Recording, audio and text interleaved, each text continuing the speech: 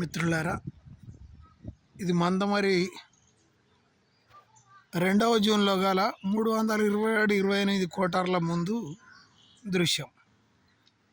ఈ చెత్త చెదారాన్ని sanitation department వాళ్ళు కాలువ లోపల క్లీన్ చేయక అందులో తట్టుకొని నిల్చొని ఈ నీరంతా ఇక్కడి వరకు నిలువ ఉన్నది. ఇవన్నీ లాట్రిన్కు సంబంధించిన నీళ్లు ఓపెన్ నాళ్ళకి ఇడవడంతో దుర్గంధం వాసన వచ్చి దోమలు తయారై ప్రజలు ఇబ్బంది పడతారు. వాళ్ళు మనుషులను పంపిస్తారు, వాళ్ళు అక్కడ వచ్చి పొద్దున కొంత పని చేసి ఇక కూర్చొని సెల్లులు పట్టుకొని ఆడుతూ ఉంటారు. ఇది వాస్తవ విషయం. మరి కొంత సింగరైన అధికారులు ఇంకో ఇది కూడా చూడండి.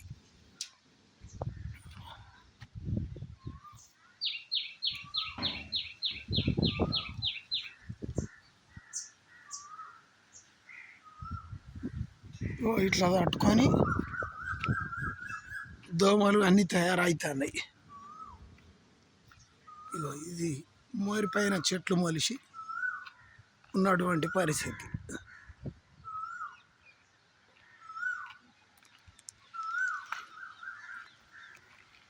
వర్షాకాలం వస్తుంది, ఈ చెట్లు ఇట్లా మొలిసి దీన్ని ఎవరు క్లీన్ చేయకపోతే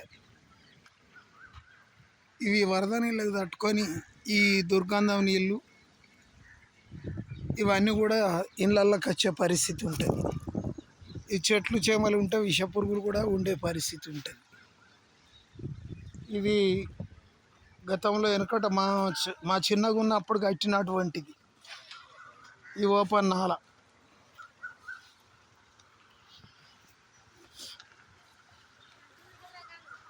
ఇగో ఇక్కడ చెట్లు మొలిసి ఈ మోరిన శిథిలం చేస్తుంది.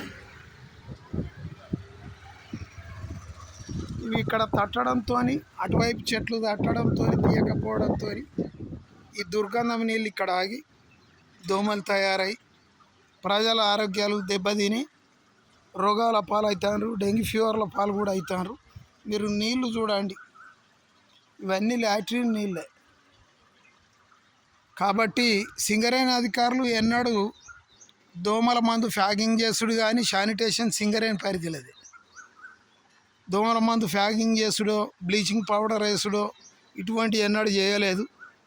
మందమరి జిఎం గారు దృష్టి సారించి సివిల్ ఏఈ గారు కానీ డిఈ గారు కానీ దృష్టి సారించి ఈ సమస్యను పరిష్కరించాలని పవర్ఫుల్ మందమరి